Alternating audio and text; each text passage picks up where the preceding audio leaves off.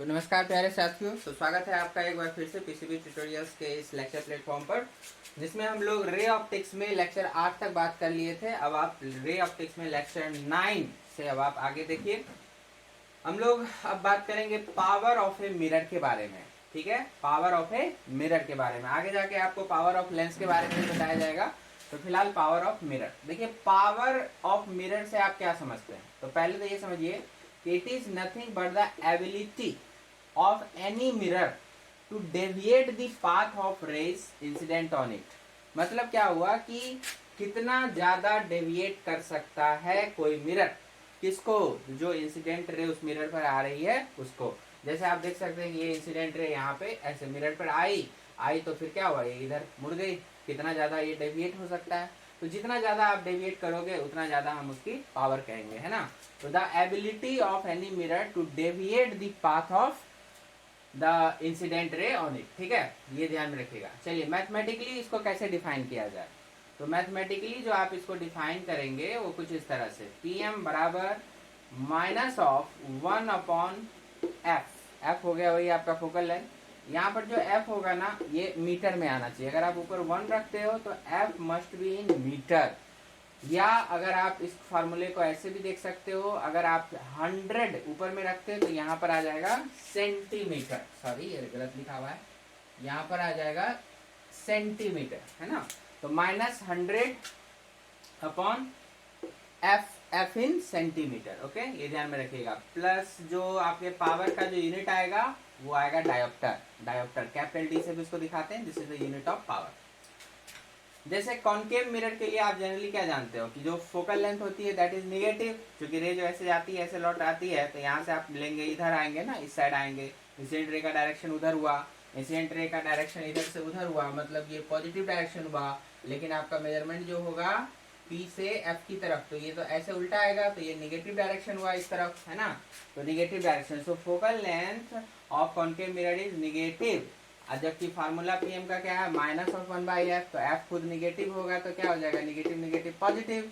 तो जो पावर बनेगा कॉनकेव मिरर का दैट विल बी पॉजिटिव, है ना। और पॉजिटिव पावर का मतलब हम क्या समझेंगे, अगर लैंग्वेज में समझिए तो इसका मतलब होगा कि पैरेलल रेज अगर आती है तो दैट विल बिकम कन्वर्जिंग। वो एक पॉइंट पर जाकर के मिल जाएगी। तो आपसे अगर कभी पूछ ले कि पॉजिटिव पावर होने का क्या मतलब है, तो पॉजिटिव पावर होने का मतलब होगा कि जो पैरेलल रे है वो रिफ्लेक्शन के बाद एक जगह पर मिल जाएगी, कन्वर्जिंग हो जाएगी, है ना।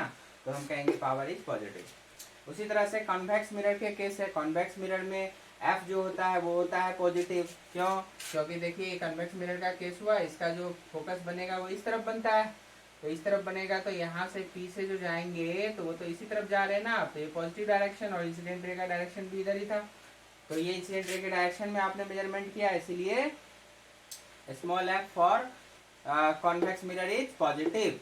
सो इसका पीएम क्या होगा, -1/f। तो f यहाँ पे पॉजिटिव रखिए, मतलब निगेटिव, दैट इज। तो निगेटिव पावर का मतलब होगा कि parallel raise will become diverging. तो पैरेलल रे जो है वो कैसा हो जाएगा, डाइवर्ज कर जाएगा, फैलेगा वो। तो जैसे पैरेलल रे आई और ऐसे इधर और इधर डाइवर्ज कर गई, है ना, इस तरह से ऐसी बात है। तो यही याद रखने की बात है कि कॉनकेव मिरर है तो वहां पर कन्वर्जिंग वो आएंगे, इसलिए इसको कन्वर्जिंग मिरर भी बोलते हैं और इसका पावर पॉजिटिव आएगा।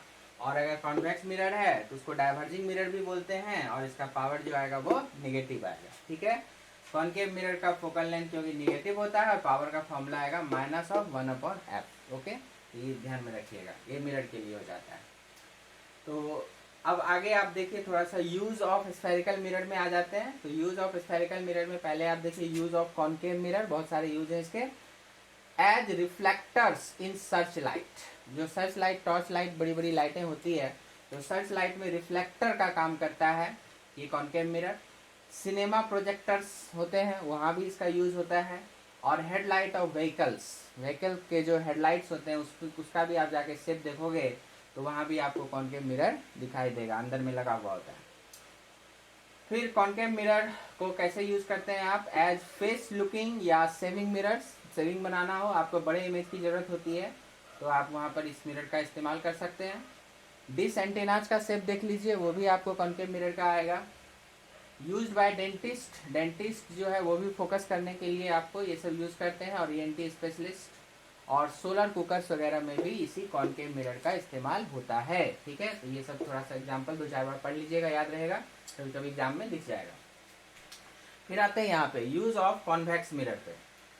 तो कॉन्वेक्स मिरर में क्या हो गया, ये रिफ्लेक्टर इन स्ट्रीट लैंप में आपको काम आएगा। क्यों? क्योंकि ये डाइवर्ज करती है लाइट को ओवर लार्ज एरिया, समझे? जैसे ये ऐसे लाइट आएगी तो क्या हो गया, ऐसे डाइवर्ज हो गया, लार्ज एरिया में ये जा सकता है।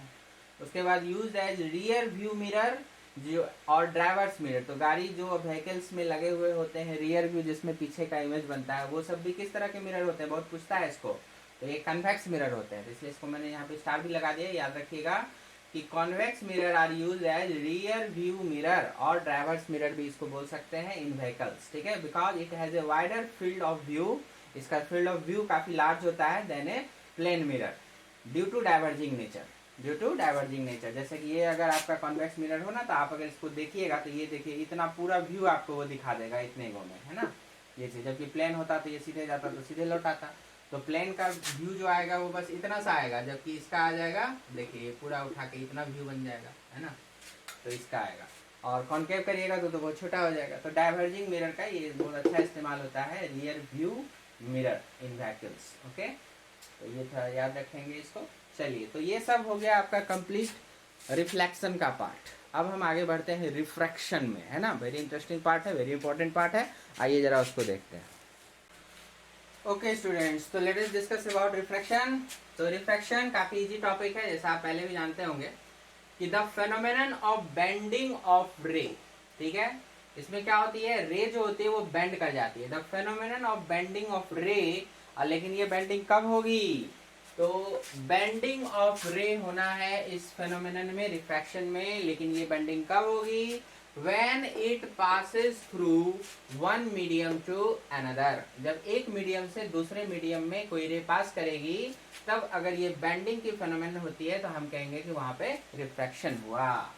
तो one medium to another is known as refraction of light. Okay, तो इसमें सिंपल सी थ्योरी जो आपको याद रखनी है कि इफ द लाइट रे passes through rarer to denser, अगर rarer to denser अगर वो जाता है, rarer to denser अगर वो जाता है, then it bends towards the normal, अगर denser में जाएगा तो फिर towards the normal की ओर बेंड करेगा। और इसका वाइस वर्सा, मतलब if it passes through denser to rarer, अगर denser to rarer में आप रे को ले जा रहे हैं तो फिर ये इट बेंड्स अवे, तो ये bend away from the normal. तो ये थोड़ा सा याद रखिएगा कि जब रेयर से डेंसर में जाएगा तो टुवर्ड्स द नॉर्मल होगा, और जब डेंसर टू रेयर जाएगा तो अवे फ्रॉम द नॉर्मल होगा। काफी सिंपल सा कॉन्सेप्ट है, इस फिगर में दिखाया गया। जैसे देखिए ये हो गया, ये एक आपका सेपरेटिंग दो मीडियम को सेपरेट करने वाला यहाँ पर आपको एक तरह का लेयर मान लो आप, तो ये लेयर हो गया यहाँ पे जो दो मीडियम को सेपरेट कर रहा है। ऊपर हो गया रेयर मीडियम, नीचे हो गया डेंसर मीडियम। जैसे ऊपर में आपका हो गया जैसे एयर रेयर हो गया, और नीचे हो गया जैसे पानी वाटर। ठीक है, तो मान लो एयर से वाटर में लाइट रे को आना है, ऐसे करके आया किसी जगह, है ना, एंगल ऑफ इंसिडेंस बन गया आई, तो ये क्या होगा ना कि ये हो गया यहाँ पे नॉर्मल। ठीक है, पॉइंट ऑफ इंसिडेंस पे आपने नॉर्मल ड्रॉ किया, तो ये क्या होगा कि नॉर्मल की तरफ बेंड कर जाएगा। अगर नहीं बेंड करता तो देखो सीधे निकलता, तो ये क्या हुआ, बेंड कर गया, इधर आ गया, नॉर्मल की तरफ बेंड कर गया। मतलब जो आर बनेगा एंगल ऑफ रिफ्रैक्शन वो कम हो जाएगा with respect to i angle of incidence से। ओके, तो ये हो गया ये पहला वाला case, rare to denser, rare से डेंसर में गया तो टुवर्ड्स द नॉर्मल बेंड हो गया। तो यहाँ पर मान लो लिख सकते हैं बेंडिंग टुवर्ड्स द नॉर्मल। ठीक है, ऐसे। और यहाँ पर देखिए डेंसर टू रेयर में जा रहा है, तो अगर नहीं मुड़ता तो बेंड नहीं होता तो सीधे जाता, लेकिन ऐसा नहीं हुआ, ये अवे फ्रॉम नॉर्मल, ये नॉर्मल से देखिए और दूर भाग गया, नॉर्मल से दूर भाग गया, तो away from the normal bend हो गया। तो यहाँ आप लिख सकते हो bending away from the normal.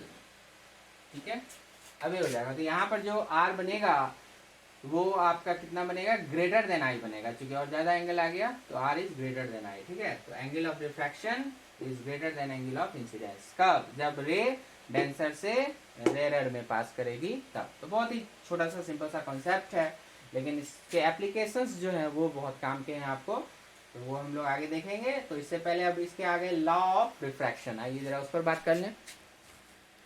हाँ जी, तो बहुत सिंपल पार्ट है यहाँ पे, लॉ ऑफ रिफ्रैक्शन। ठीक है, तो इंसिडेंट रे, रिफ्रैक्टेड रे and normal at the point of incidence, तीनों के तीनों जो होंगे वो सेम प्लेन में लाई करेंगे, बिल्कुल लॉ ऑफ रिफ्लेक्शन की तरह ही होता है। तो यहाँ भी आपका आ गया ये इंसिडेंट रे, ये हो गया रिफ्रैक्टेड रे, और ये हो गया normal at the incidence point. ये तीनों क्या होंगे, सेम प्लेन। जैसे मैंने यहाँ वर्टिकल प्लेन में बनाया है बोर्ड के प्लेन में, तो सबके सब बोर्ड के प्लेन में ही आपको लाई करेंगे। दूसरा लॉ जो हो जाता है वो फॉलो करता है स्नेल्स रूल को, तो ये बोलता है the bending of light follows the Snell's rule, जिसको आप इस तरह से समझ सकते हैं गिवन बिलो। जैसे मान के चलिए कि ये हमारा जो ये सेपरेटिंग हो गया लाइन, और इसके ऊपर हो गया फर्स्ट मीडियम जिसका रिफ्रैक्टिव इंडेक्स हो गया μ1, नीचे हो गया दूसरा जिसका हो गया रिफ्रैक्टिव इंडेक्स μ2, मान लो एयर है, वाटर है, इस तरह से। तो अभी रे आएगी, रेयर से डेंसर की तरफ आ गया, तो ये बेंड कर गया टुवर्ड्स द नॉर्मल, तो यहाँ पर आई हो गया, यहाँ पे आर हो गया। तो स्नेल्स लॉ क्या कहता है, या स्नेल्स रूल क्या कहता है, जैसे कि रे जा रही है 1 से 2 में, तो आप लिखेंगे 1 μ2। ठीक है, 1 μ2, जिसका मतलब होगा μ2 बाई μ1, इसको याद रखिएगा। जब भी ऐसा कुछ नोटेशन आपको दिखेगा 1 μ2 करके, ऊपर में 1 नीचे में 2, तो इसका मतलब होगा आप लिखे μ2 बाई μ1। और जैसे ही आप ये लिखेंगे फिर आप लिख सकते हैं sine i by sine r, जहाँ आई हो गया आपका इधर से एंगल ऑफ इंसिडेंस, आर हो गया एंगल ऑफ रिफ्रैक्शन। तो आपका ये चलेगा, तो इसी को, इसे भी स्नेल्स रूल कह सकते हैं, और आप इसको क्रॉस मल्टीप्लाई भी कर सकते हैं। तो क्या आ जाएगा, μ1 साइन आई बराबर μ2 साइन आर। ठीक है, तो इसी this is known as Snell's rule या स्नेल्स लॉ। अच्छा, इसमें एक चीज गौर करिएगा आप, जिस तरफ का एंगल होगा, देख रहे हैं ना, उसी तरफ का म्यू भी आएगा। यहाँ पर देखिए साइन के साथ, जिस तरफ का एंगल होगा उसके साथ साइन लगा देना है, और उसके बाद उसी तरफ का रिफ्रैक्टिव इंडेक्स इनटू कर देना है। उसी तरह से दूसरी तरफ का जो मीडियम होगा वो रखिएगा रिफ्रैक्टिव इंडेक्स, और उस तरफ का एंगल उसके साथ आ जाएगा साइन के साथ। ठीक है, सो μ1 साइन आई बराबर μ2 साइन आर, मतलब μ1 वाले में आई था, μ2 वाले में आर था, वो आपको यहाँ पे दिख सकता है। ठीक है, तो इस तरह से भी हम स्नेल्स रूल को समझ सकते हैं। चलिए, अब यहाँ पर दो सवाल थोड़ा सा आता है। एक तो ये स्नेल्स रूल से रिलेटेड कि प्रूफ ऑफ स्नेल्स रूल कैसे आप इसको साबित कर सकते हैं, तो वो आपके सिलेबस से एक्चुअली बाहर है, नीट के सिलेबस से, इसलिए हम लोग यहाँ डिस्कस नहीं करेंगे। और दूसरा एक थ्योरेटिकल सवाल आ जाता है आपको कि ये बेंडिंग आखिर होती क्यों है ना, ये बेंडिंग आखिर होती क्यों है, क्या होता है कि अगर ये बेंड नहीं करता, तो बेंडिंग की एक्चुअल वजह क्या है। ठीक है, तो ये भी आपको मेरी तरफ से एक चैलेंज हो गया कि आप इसका आंसर खोज के लाएं कि आखिर बेंडिंग होती क्यों है, क्योंकि नीट के सिलेबस में नहीं है इसके एक्सप्लेनेशन को पढ़ना, इसलिए हम डिटेल में नहीं जा सकते। लेकिन हाँ, चलिए थोड़ा सा हिंट कर देते हैं, this is something related with जो परमिटिविटी है, जो परमिटिविटी है, मेनली तो परमिटिविटी एंड परमिएबिलिटी दोनों फैक्टर काउंट होता है, लेकिन जो मेजर फैक्टर है वो है आपका परमिटिविटी। ठीक है, तो मीडियम की परमिटिविटी की वजह से ऐसा कुछ होता है जिसकी वजह से बेंडिंग होता है। तो आपको एग्जैक्ट रीजन खोजना है, मीडियम की परमिटिविटी की वजह से ऐसा क्या होता है कि इसको बेंड करना पड़ गया। ठीक है, तो ये आपको मेरी तरफ से एक टास्क हुआ, तो ये आप इसको थोड़ा सा थ्योरी में ढूंढेंगे और सॉल्व करके मुझे बताइएगा, और कमेंट में हो सकता है तो मुझे इसके बारे में एक्सप्लेनेशन दीजिएगा कि why really bending occurs, bending का एक्चुअल वजह क्या है। ठीक है, तो लॉ ऑफ रिफ्रैक्शन में तो हम लोग सिर्फ यही है कि बेंडिंग को पढ़ते हैं। हाँ भाई, जब होगा रे एक मीडियम से दूसरे मीडियम में जाएगी तो वो मुड़ जाएगी, और उसके बाद जो होगा किस तरह से मुड़ेगी, आई और म्यू का रिलेशन क्या होगा, ये सब के बारे में हम यहाँ पे पढ़ते हैं। बट बेंडिंग एक्चुअली में होती क्यों है, इसका रीजन अब आपको ढूंढना है। मैंने हिंट कर दिया, तो आप एग्जैक्ट मुझे कमेंट में बताएंगे। अब यहाँ पर देखिए, एक बड़ा ही इंटरेस्टिंग डिस्कशन है कि जब रे इंसिडेंट होगा अलोंग द नॉर्मल, नॉर्मल के अलोंग जब इंसिडेंट हो जाए रे, तो फिर ये कोई बेंडिंग शो नहीं करेगा, then there will be no bending at all. ठीक है, that is the ray does not deviate from its path if it is incident along the normal to the incident point। देखिए मतलब क्या हुआ, जैसे कि हमने एक सेपरेटिंग प्लेन बनाया, सेपरेटिंग प्लेन, जो मतलब इसके इस तरफ एक अलग मीडियम है, उस तरफ अलग मीडियम है, लाइन भी कर सकते हो, प्लेन भी कर सकते हो, सेम मीनिंग।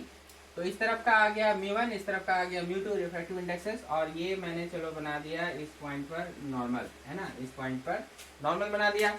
अब अगर कोई रे इसी नॉर्मल के अलोंग आ जाए एकदम इस तरह से इसी पर, ये आई अलोंग द नॉर्मल, तो फिर ये जो है ना बिना डेविएट हुए अलोंग द नॉर्मल पास भी कर जाएगा। ये देखिए ऐसे, तो बिना किसी डेविएशन के ये सीधी निकल जाएगी। मीडियम तो चेंज हुआ है लेकिन फिर भी ये बेंडिंग नहीं दिखाएगा। ओके, तो अब अगर मैं आपसे पूछूं कि बताइए तो फिर यहाँ रिफ्रैक्शन हो रहा है कि नहीं हो रहा है। रिफ्रैक्शन को नॉर्मली हम बेंडिंग बनाते थे, है ना, और कहते थे स्नेल्स रूल फॉलो करेगा, तो एक्चुअली में ये भी रिफ्रैक्शन ही कहलाएगा।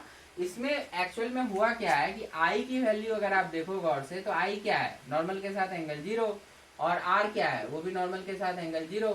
तो एक्चुअली आई और आर जो है वो दोनों 0 हो गया, और आना भी चाहिए। तो क्या स्नेल्स रूल को फॉलो कर रहा है? तो बिल्कुल फॉलो कर रहा है। देखिए हमने क्या पढ़ा था, हमने पढ़ा था μ1 sin i μ2 sin r, है ना। तो μ1 हो गया, और इधर देखिए sin i 0 हो गया, और μ2 हो गया, चाहे कुछ भी रहे, इधर भी sin r 0 हो गया, मतलब 0 बराबर 0। तो सेटिस्फाइड तो है, मतलब कहीं कोई दिक्कत की बात नहीं है, ठीक है ना। तो यहाँ पे हम कहेंगे हाँ चलो रिफ्रैक्शन फॉलो हो रहा है, लेकिन ये एक स्पेशल ऐसा केस है जिसमें बेंडिंग नहीं दिखाई दे रही है आपको। कारण क्या हो गया, स्नेल्स रूल कहता है कि अगर i 0 तो r भी 0, ठीक है। आइए एक बार इनको भी थोड़ा एप्लीकेशन के माध्यम से देख लें। इस फॉर्म में भी आपको कभी पूछा जा सकता है। जैसे हम लोग जान रहे हैं कि म्यू के बारे में हमने पढ़ा था पहले लेक्चर में ऑप्टिक्स के, कि c/v करके आप लिख सकते हैं। c हो गया speed of light in vacuum या एयर, और v हो गया speed of light in that transparent medium, जिसके लिए आप ये म्यू लिख रहे हैं। तो c बराबर n इंटू लेमडा, तो n हो गया और फिर लेमडा इन एयर, एयर रख दिया, फिर यहाँ पे हो गया n into lambda in medium. n frequency चूंकि वो चेंज नहीं करती, कट जाएगा, कैंसिल हो जाएगा, क्या बचा, lambda a by lambda m. तो यहाँ से आप क्या देख सकते हो कि म्यू जो है, अब चूंकि c जो है आप एक तरह से कांस्टेंट मान सकते हो, तो आप कह सकते हो कि mu is inversely proportional to v and mu is also inversely proportional to lambda m, क्योंकि है ना एयर के रिस्पेक्ट में अगर हम बात कर रहे हैं तो आप इस तरह से सोच सकते हो। कहने का मतलब हुआ कि जिस मीडियम में वेलोसिटी ज्यादा होगी उसमें म्यू का वैल्यू जो होगा वो कम होगा, क्लियर। या जिस मीडियम में वेलोसिटी कम होगी उसमें म्यू का वैल्यू क्या होगा, अधिक हो जाएगा। उसी तरह से जिस मीडियम में म्यू की वैल्यू अधिक होगी उस मीडियम में लेमडा कम हो जाएगा, ठीक है। या जिस मीडियम में म्यू कम होगा उस मीडियम में लेमडा अधिक हो जाएगा, ठीक है। तो इस तरह से हम समझ सकते हैं। ओके, तो इसको भी हम लोग कहीं पर साइड में रख लेंगे, और इसी को अप्लाई करते हैं फिर यहाँ पे स्नेल्स रूल में। तो स्नेल रूल मैंने पढ़ा था, जैसे मान लो कि 1 मीडियम इधर हो गया, 2 इधर हो गया, 1 से 2 में लाइट रे जा रही है, तो हम लिखते थे 1 म्यू 2, है ना। रिलेटिव रिफ्रैक्टिव इंडेक्स भी इसको बोल सकते हैं, मतलब 2 का रिफ्रैक्टिव इंडेक्स 1 के रिस्पेक्ट में। तो μ2 बाई μ1 इक्वल टू क्या हो जाएगा, तो देखो म्यू का क्या था, v के साथ इनवर्स रिलेशन था, लेमडा के साथ भी इनवर्स रिलेशन था। अगर मैंने 2 ऊपर लगाया है तो v2 नीचे आ जाएगा, और μ1 नीचे लगाया तो v1 ऊपर आ जाएगा। उसी तरह से लेमडा भी हो गया, ठीक ना। तो v1 के सामने आ गया लेमडा 1, v2 के सामने आ गया लेमडा 2, और बाकी μ2 बाई μ1 जब आप लिखते थे तो sin i by sin r Snell rule. तो ये आप general form of Snell's law कह सकते हो इसको, ठीक है। ये बात हो गई, और ये फिगर दिखाया हुआ है आपको। तो जब भी कभी आप देखोगे ऐसे फिगर, तो इस फिगर में क्या दिखाई दे रहा है, अगर i ग्रेटर देन r हो गया, i बड़ा है r से, तो इस सब केसेस में क्या क्या दिख रहा है, μ1 कम है और μ2 क्या है, ज़्यादा है। इस तरह से वेलोसिटी आपने अभी यहाँ पे समझा है, यहाँ पे कि अगर μ1 कम होगा तो वेलोसिटी अधिक होगी, तो μ1 कम है तो वेलोसिटी अधिक हो गई, और लेमडा भी वहाँ पे अधिक होगा तो लेमडा भी अधिक हो गया। लेकिन फ्रीक्वेंसी जो है वो नहीं चेंज करती, फ्रीक्वेंसी दोनों में बराबर रहेगी। So n1 equal to n2 and so on. इसका रिवर्स केस भी उसी तरह से उठा सकते हैं, नो प्रॉब्लम। तो ये सारी छोटी छोटी बातें हैं, ये सब देखते जाएं। आइए एक छोटे से सवाल पर डिस्कशन करेंगे। देखिए कहता है कि find the speed of light of wavelength. Light का वेवलेंथ दिया हुआ है in air, lambda equal to 780 nanometre, और आपको एक मीडियम दिया हुआ है जिसका रिफ्रैक्टिव इंडेक्स है 1.55। तो हमें ऑल्सो फाइंड करना है लेमडा एम इन मीडियम भी, और speed of light in that medium also. देखिए एक बार फिर से इसको समरी करिए। आपको दिया हुआ क्या, आपको दिया हुआ है कि एयर में जो वेवलेंथ है लाइट का वो है 780 नैनोमीटर, है ना। आप समझ सकते हैं, डेटा से भी समझ सकते हैं, ये रेड लाइट होगा।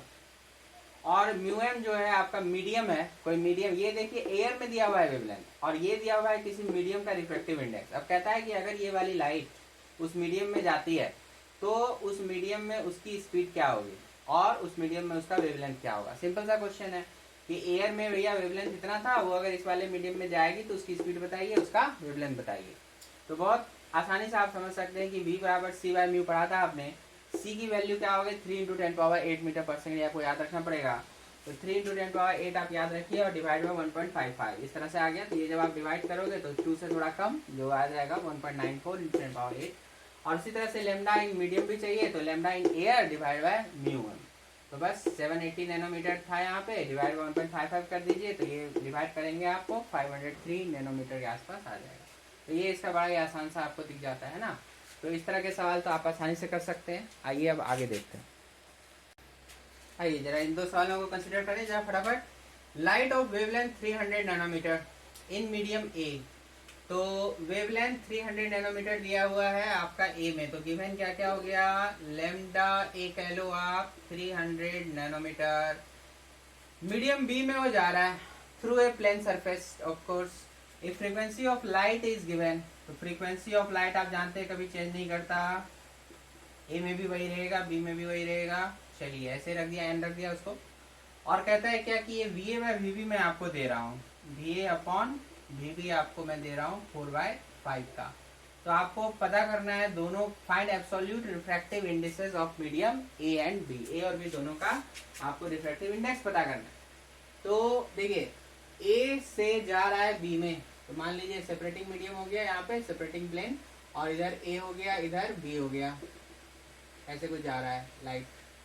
चलिए हम ऐसे ही लेके चलेंगे, नहीं पता कि वो डेंसर है कि रेयर है क्या है, इसलिए अभी उसको उधर नहीं दिखाते, ऐसे ही रख दीजिए। तो आपको पता लगाना है यहाँ पे दोनों का म्यू ए वैल्यू और mu b value, mu b का पता लगाना है, ठीक है। तो आपको लैम्डा दिया हुआ है, एन दिया हुआ है। देखिए तो ये एन ए भी होगा और ये एन बी भी होगा, सीधी सी बात है, ये एन ए भी होगा ये एन बी भी होगा। और एन लेमडा गुना करते हैं तो वी मिलता है क्या, तो आपको ए के लिए दोनों डेटा आ गया। तो वी ए आपका सीधा सीधा हो जाएगा n a lambda a n lambda, किसी भी वेव के लिए वैलिड है, वी बराबर एन लेमडा। तो एन हो गया हमारा 5 × 10⁻14 और लेमडा ए हो गया 300 नैनोमीटर।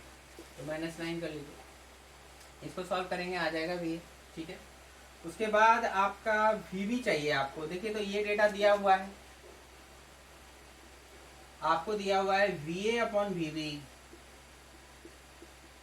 Is equal to 4/5।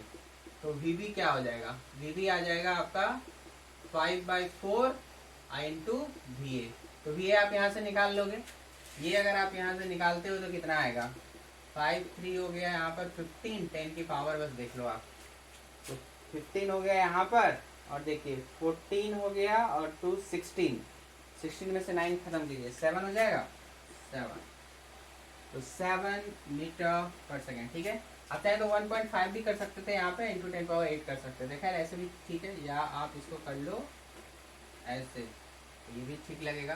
क्योंकि क्या हो गया, मतलब एक तरह से c/2 हो गया, नहीं 3 × 10⁸ होता था c, तो उसका ठीक आधा हो गया। खैर तो अब आपको ये चाहिए यहाँ पे, तो इसमें ये पुट कर दीजिए ना 5/4 इंटू 1.5 और इंटू 10⁸। तो ये जितना आ जाए आपको 7.5/4 इंटू 10⁸, ये यहाँ से भाग लगाइए तो 1.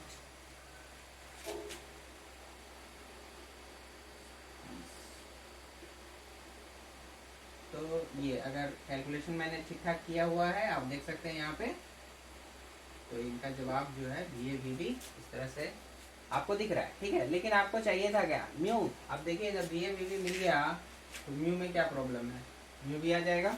म्यू ए, तो म्यू ए आपने पढ़ा था सी अपॉन वी ए, ऐसे भी कर सकते थे आप, है ना, सी अपॉन वी ए यही था।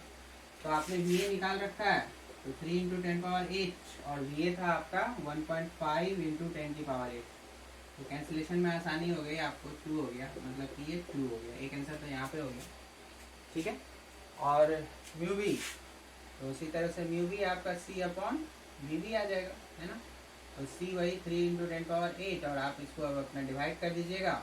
वैसे काम करते हैं हम, यही डेटा लेके यूज़ करते हैं।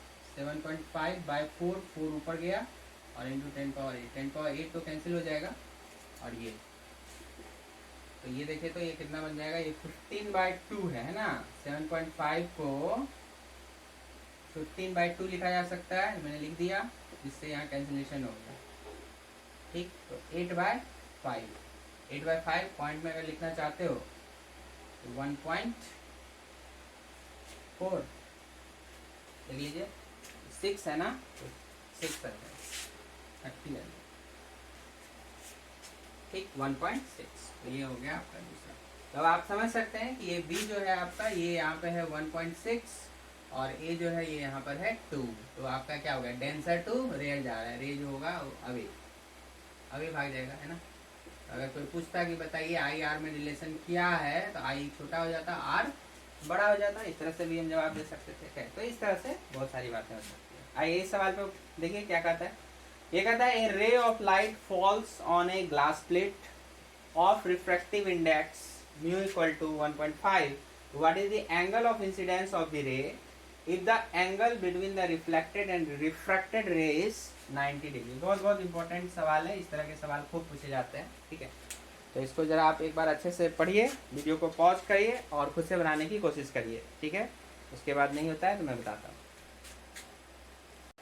हाँ जी, तो देखिए हो गया आपसे, चलिए मिलाते हैं। A ray of light falls on a glass plate of refractive index, देखिए दिया हुआ है, एक रे ऑफ लाइट आ रही है ग्लास प्लेट पर, ये फॉल किया, ये ग्लास प्लेट बनाया मैंने, ऐसे रखा हुआ है। तो म्यू इसका दिया हुआ है 1.5।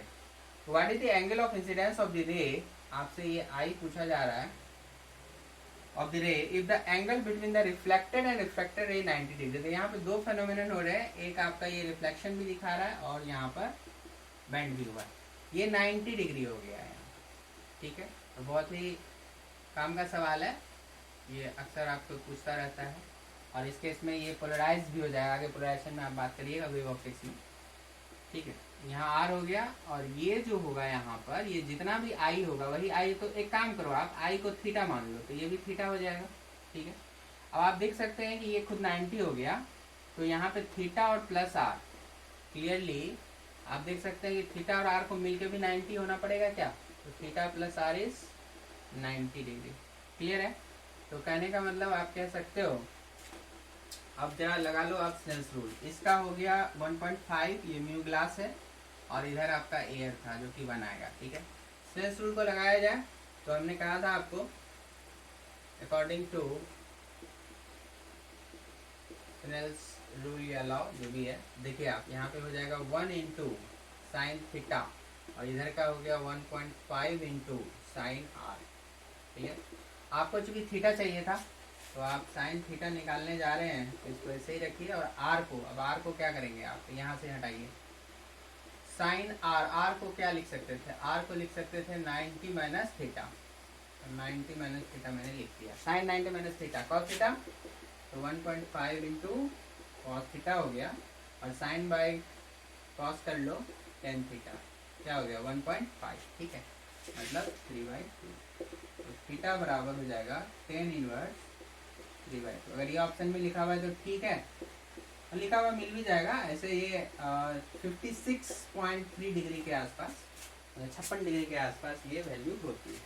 अगर आप चाहें तो इसको याद रख सकते हैं। ठीक है, नहीं तो 10 इनवर्स 3/2 आपको वो लिखा हुआ मिल जाएगा ऑप्शन में। चलिए, तो हो गया, बड़ा आसान था इस तरह का। ठीक, अब आगे आपको जो बहुत सारे एप्लीकेशंस पढ़ने हैं रिफ्रैक्शन के, तो वो हम लोग नेक्स्ट लेक्चर में करेंगे, जिसमें आपको एक रेक्टेंगुलर ग्लास प्लेट से जब हम लोग रे को पास कराएंगे तो देखेंगे कि ये डेविएट नहीं होता है, बल्कि ये लेटरली शिफ्ट होकर के जो है बाहर निकलता है। तो इस तरह से ये लेटरल शिफ्ट वगैरह का आपको वहाँ पर फार्मूला उसको निकालना होगा, जो थिकनेस और म्यू पर डिपेंड करता है, किस तरह से एंगल ऑफ इंसिडेंस आर वगैरह वगैरह, इसके बारे में बात होगी। फिर उसी तरह से मल्टीपल रिफ्लेक्शंस आ जाएंगे, है ना, कि बहुत सारे मीडियम के थ्रू अगर लाइट रे जा रही है तो फिर क्या स्थिति बनेगी उनकी। तो ये सब डिस्कशंस हैं। उसके बाद फिर एपरेंट डेप्थ, एपरेंट हाइट, जो सब है इसमें आगे का, जो काफ़ी इंपॉर्टेंट है, जिस पर काफ़ी सारे सवाल भी आपको मिलते हैं, तो वो सब हम लोग नेक्स्ट लेक्चर में करेंगे। तो आई होप कि यहाँ तक आप अच्छे से कंप्लीट कर लीजिए अपना, और उसके बाद मिलते हैं जल्दी नेक्स्ट लेक्चर में। Okay, thank you.